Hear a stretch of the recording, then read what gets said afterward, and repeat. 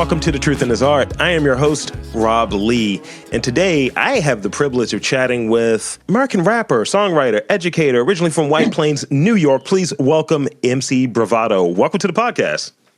Thank you for having me, bro. I'm excited. We scheduled this so long ago, so there's some anticipation here. I'm assuming this is going to be good. Yeah, this is going to be good. This is absolutely going to be good. So I want to start off for those who are undipped and aren't familiar with you. Could you introduce yourself? Because I said it, but I really like to get the introduction from the guest. Could you introduce yourself and what got you into rapping? Yeah, so I was born in White Plains, but I grew up in Orange County, New York, which is an hour north of New York City. Both of my parents are from the Bronx. My mom actually basically grew up on Sedgwick.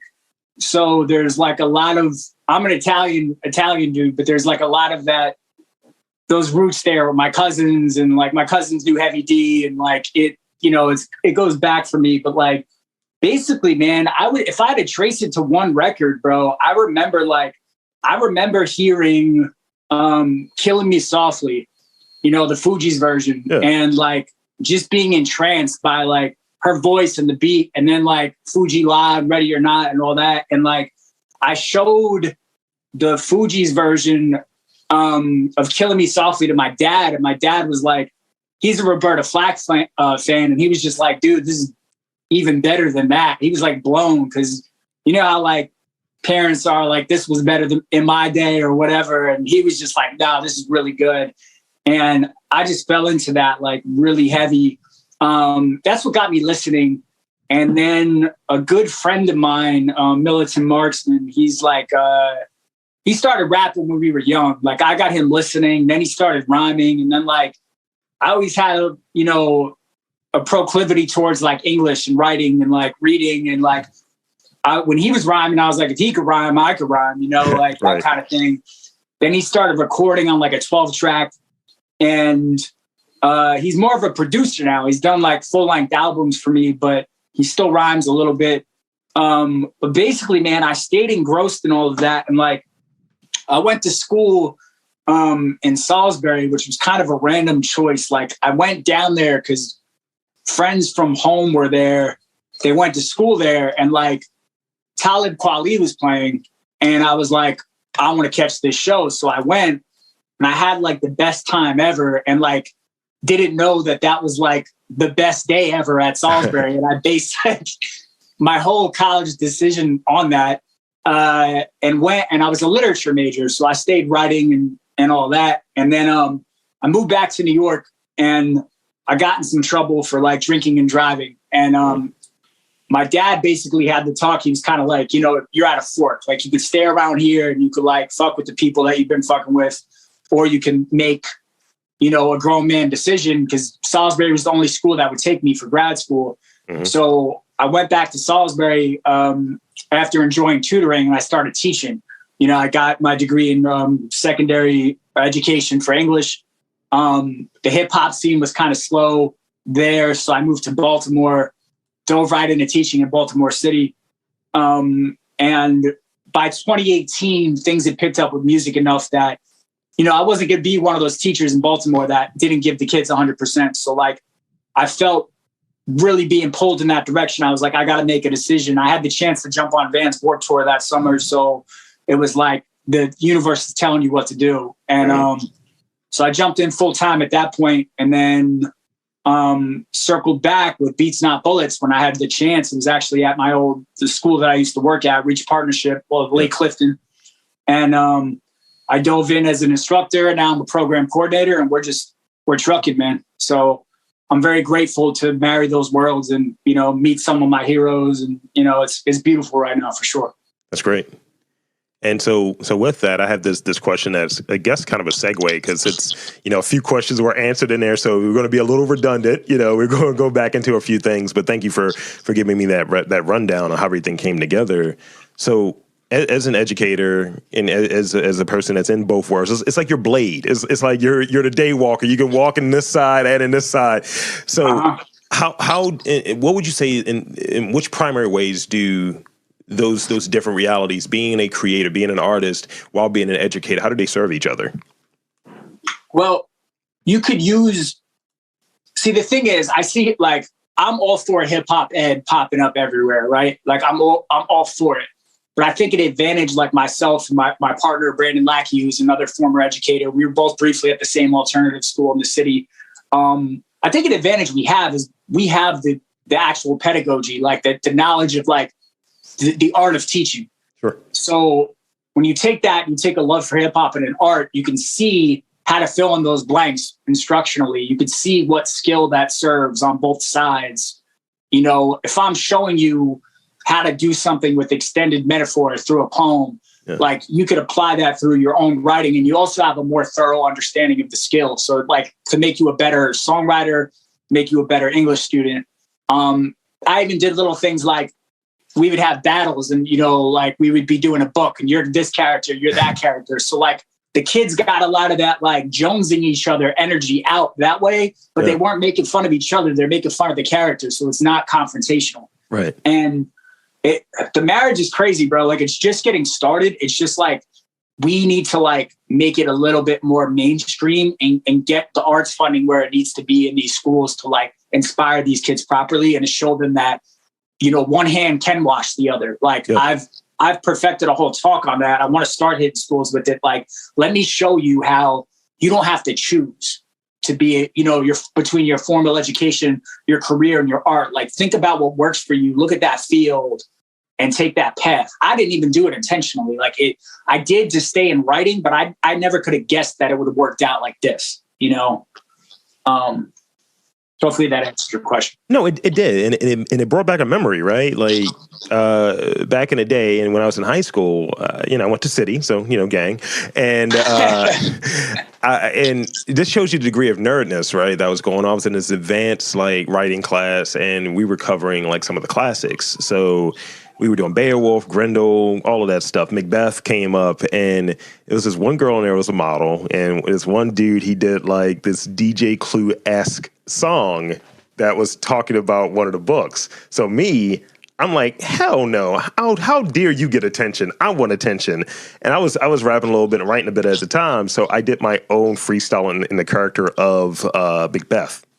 That's fire. And I just remember the teacher, this was like, Macbeth was her lane, and she was like from Boston. She was just like, oh, let's play that. I was like, no, this is going to embarrass the hell out of me. And the girl thought I was cute because I was in character as Murder Mac. And it was, I mean, we're talking like 2001, my guy. So it's wild. But I love that, Murder Mac. Yeah, but I think, you know, kind of what you were describing with it, that is the 2.0 version of it. Like, you know, we had a teacher that was really like, no, hell yeah, I want to foster you guys' creativity. And then having someone who is like, you're doing it and you are like really viewing yourself and presenting yourself as an instructor and a person that's really for the kids and for them getting what they need and to be creative. It's just like, let's marry these things together in a very intentional way. It makes sense. Yeah, I'm happy to hear that because, yeah, it's not like, when I say clearly, like it's not just starting, but it's the movement is starting to really pick up some steam now. You see it like more popular MCs like diving into these classes and these instructional roles. I mean, I feel like Ninth Wonder really kind of paved the way in a lot of ways with that, just like that formal tie there. And when I was just at South by EDU, like, man, that was the ultimate manifestation of that because I did the panel in the showcase with Wordsworth and with Jay Rawls, who, as you know, produced for Black Star, you know, Talib. So for that educational, like universe circular thing to happen blew my mind. But like he DJ'd my set. Like one of my students came up down to Texas and like came on stage with me, one of my graduates from Beats Not Bullets. And like our founder, you know, Ogun, shouts to him, like he's been carrying this for 6 years. Like he came down and like got to receive that community service award with us that the festival gave us, which for a festival of that scale is like, you know, it's insane. And we went then, like me, Words and Rawls and Brandon, you know, went to the hotel room and Words is like rhyming on this record for me that Rawls produced. And I was like, I like this other beat. And he's like, oh yeah, you could have, you know, get that one. So I was like, this is like, just pinch me. Like I can't, Lyricist Lounge really like Wordsworth and Lyricist Lounge are some of the earliest. Like that was when I was watching that, I was like, okay, there's another level to this. This is like these dudes are different. And I was like, you got to get better. So creatively, right, what attracts you and what repels you? Because you're seeing it at various levels, right? What attracts you, what repels you, and why is it important to be in the company of other creatives? What attracts me is people's intentions. Like, if I know you're a student of this and you love this and you're doing it because like, this is your, like, I do this instead of hitting a heavy bag, you know, like this is my like cathartic, you know, realm. And it means a lot to me. And I study the technique, and like, I know who came before me, and like, you know, that segues right into, that's what attracts me to it. The cultural element, the people that are immersed in it. What repels me is, I hate being old, you know, the old guy on the soapbox, but it's like so much of these dudes today are good at social media. They're not good at rapping, you know, like they're trash. And you're you're on Flex, or you're on like one of these platforms and you can't freestyle, like you can't rap. Give that seat to somebody who can. Like, this is my favorite analogy. We're at Rucker Park and people are shooting from half court, like doing crazy, like dribbling stuff, tomahawk dunking. And there's like 50 people there. Across the street, there's a stadium sold out, you know, all the bells and whistles, the theatrics, the lights. And these dudes are doing like standing 360s on Nerf hoops. You know, it's like one's a samurai and one's like a white belt. And like, how is that not more spoken on? They don't belong in the set. Call it something else. Like, that's not hip hop to me. And I don't fuck with it. I don't condone it. That can make me sound old or bitter or whatever. But like, I'm not going to pretend that I like it. I just don't. I remember this point where you have some of these people where you can't tell, like it's almost this thing of you can't tell whether they can rap, because you're right. You know, when it's an opportunity for you to rap, it's, oh, I'm a rock star. It's like, you're not that either. Like, why should I like rock with you or what have you? And I've noticed this years ago, and, you know, we're probably about the same age. And I just remember I've been thinking about writing this think piece about like 2010. I feel like that's when a lot of things shifted. And if you start looking at that class of rappers that came out in 2010, that it was kind of like this last great, like really great class of rappers and where they're at. Like, I include Kendrick in that class. I include like Dom Kennedy and a multitude of different guys who, even J. Cole to a degree, who are doing like different things in different spaces, like different places in their career. And then what's come after, you're not getting that. It's almost like a draft class. It's like you're not getting that same degree of talent that's been able to sell a certain amount of records and still be able to progress creatively versus just making some goofy pop TikTok kind of thing. And granted, it's going to make you sound old, but it's a valid thing. And it's being protective of what that may mean to you as a person that's in that field and in that sector, but also as a person that is a fan of it. I agree with you wholeheartedly, and I include guys like Mickey Fax, Blue, like Asher Roth, like in that you know lane. But like, you're right, I would agree with you that was kind of like the point. And I look at it like, you know, you've heard of like the idea of that American idolization of society, where like everyone is a star at something. I believe that, right? But not everyone's a star at being a musician or being a rapper. So it comes down to like that kind of like attitude and entitlement of like, oh, I want to do this and I have the attention, so I'm going to do it. And that's on the artist end, like whatever we need to do to make me look the part, whether I got to do karaoke or whatever else. And then beyond that, like, think about it from a listener's perspective, because those fans, they don't necessarily want to ingest art. They want to be seen ingesting art. Mm-hmm. They're not filming the stage like quietly. They're filming themselves jumping up and down, yelling along with this idiot. Mm-hmm. So like, it's the mindset of the fan. It's that, it is that like, look what I'm doing. It's not like, wow, look at this artist who's really mastered their craft. Like, whereas if you go to a Cole or a Kendrick show, look at the difference in the disposition and the style, like how it's even being recorded by the people that are there. You know, I'm not saying that doesn't happen there, but you're talking like a 10 to 90 swap in those cases, right? Absolutely. So I think that's a very real thing. And I don't know how we necessarily, rectify it, to be honest. I mean, I think everything's cyclical. Like, I think that aficionado rap, I've talked to people about this, but like the Griselda lane, and like that's kind of opening up more of like, we're rapping again, like, so I think it's coming, but I don't know. It's tough to get a handle on. Absolutely. I agree with that. So I got two more real questions, and then I got a couple rapid fire questions, and then we'll be done here. I like to call them real questions because they sound kind of funny. So if you will, and however briefly you can put it, because I know everyone has their process.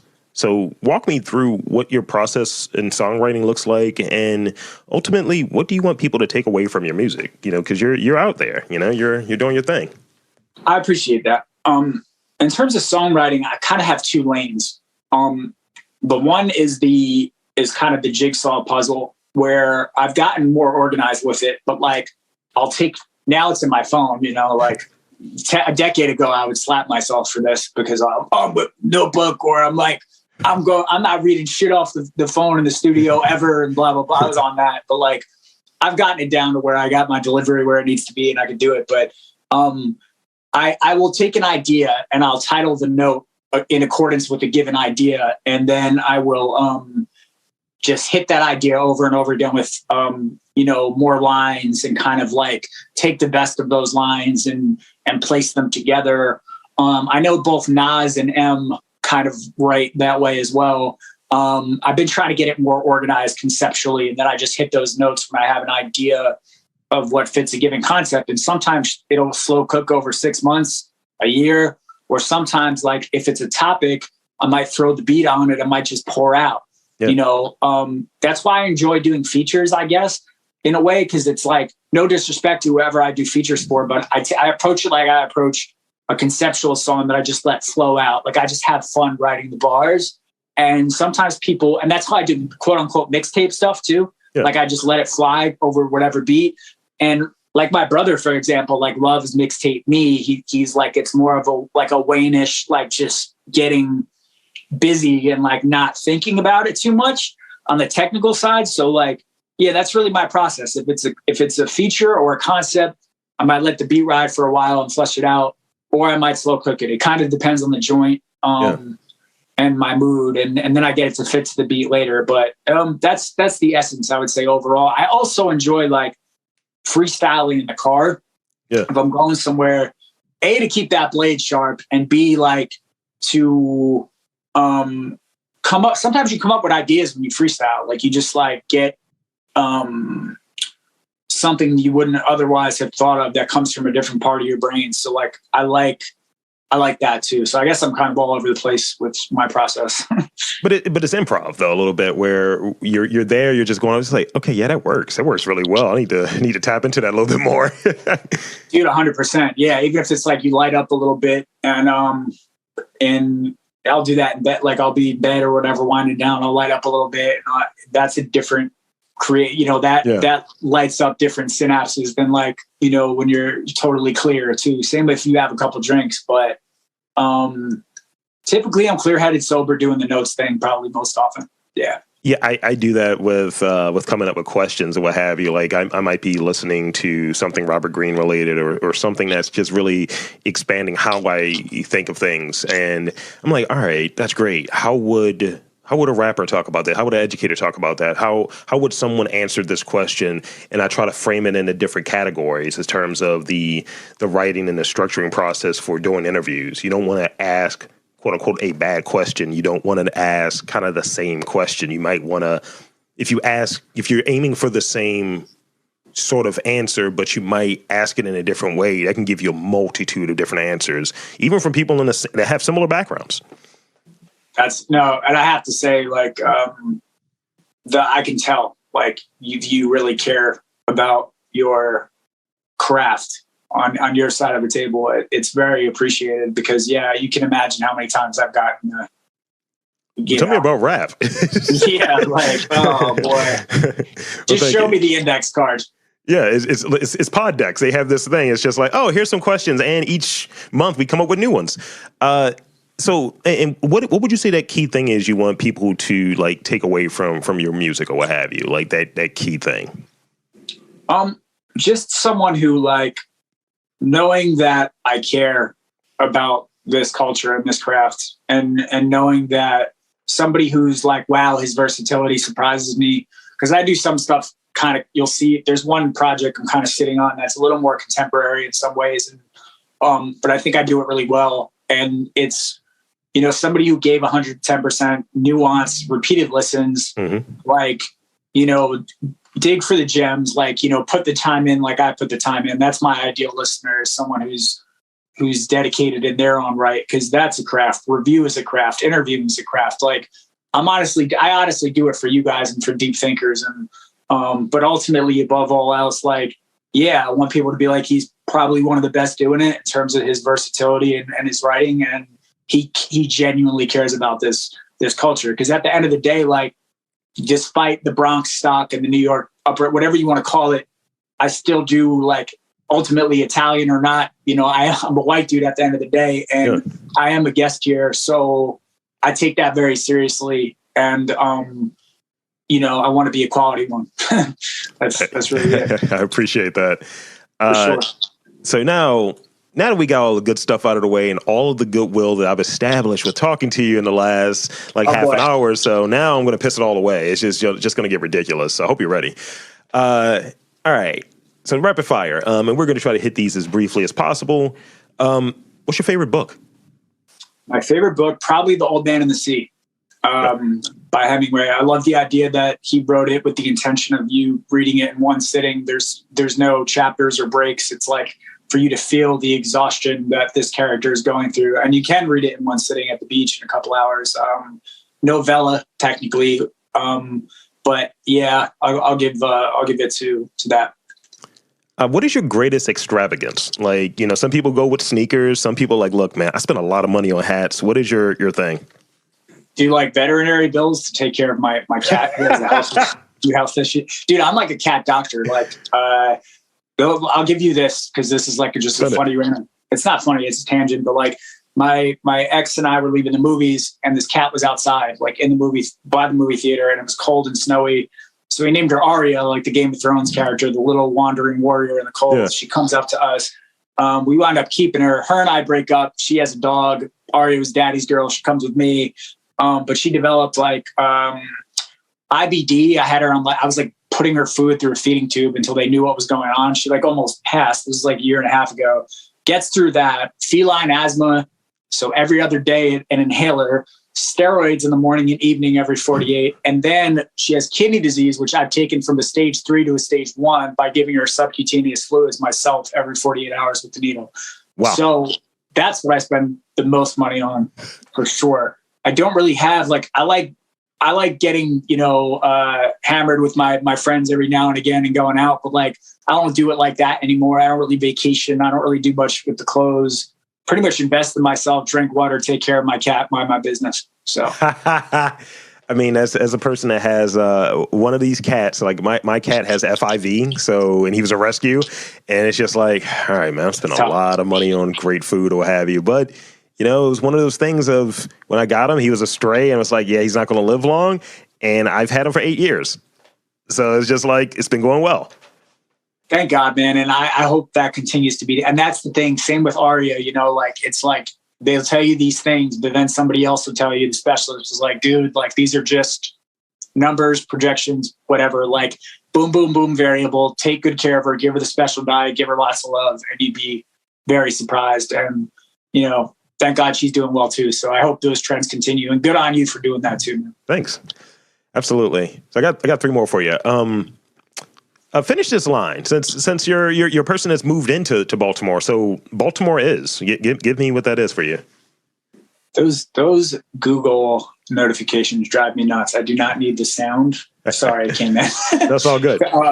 Baltimore is a lot more beautiful and nuanced than people are aware of. I think culturally, people look at, or more from the pop culture lexicon, they look and they see, oh, The Wire, or oh, this or that. And like, yeah, having taught in some rough areas, I'm not going to say there aren't war zones in this city. There are, but Ogun, who runs Beats Not Bullets, like, he's part of that ceasefire initiative, right? And like, ultimately, this is a city who like takes a hell of a lot of pride in its people and like loves its city. Like the amount of pride is as high as I've ever seen in any city. It's as blue collar, as tough, and as proud as anywhere I've ever been. So I am a proud transplant, and I rep Baltimore the same way I rep New York, and I always will. So love to hear it.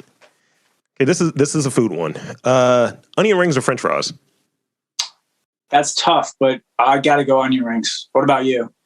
I'm a French fry guy, and we've had a really, like me and my partner and my girl, we had a really strong debate about French fries. It's like out of the 15 different types of French fries, and she's from Brooklyn, and we always kind of go back and forth about what to get. And she's like, look, now, if it's between French fries and onion rings, there's always onion rings. You can really get a good onion ring. But if you get them, it's just like, that's your thing.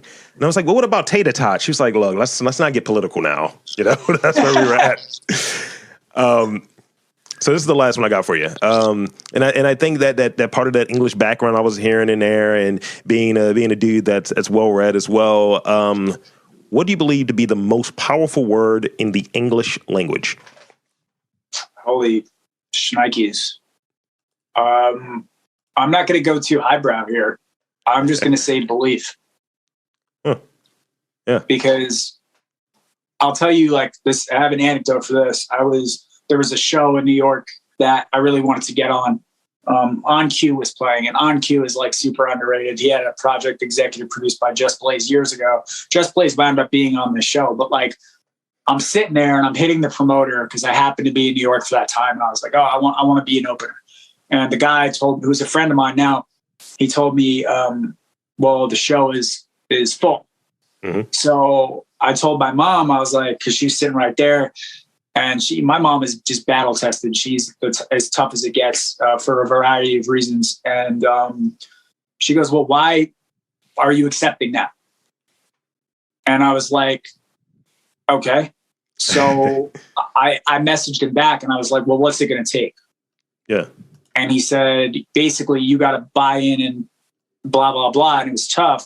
And then I wound up outselling all of the openers, despite being added like a few days before the show, forming a relationship with On Cue, forming a relationship with that promoter who still to this day, shout out Cato, like we still work together, and it comes down to belief. You know, I say, the only place I take no for an answer is in the bedroom, bro. Like I'll respect the boundary there. But like, in terms of like pushing this dream or like what I could do for Beats Not Bullets or the people I care about, like it comes down to belief. It truly, I know it's the corniest thing. People say, oh, I see you've boom, boom, boom. Like, what's your secret? There's no secret. There's no shortcut. There's no investor in my case. There is constant belief and pushing and perseverance and hitting that brick wall over and over and over again, knowing you're eventually going to break through. Every time somebody quits, you're stepping up. At that moment you're about to quit, somebody else quit.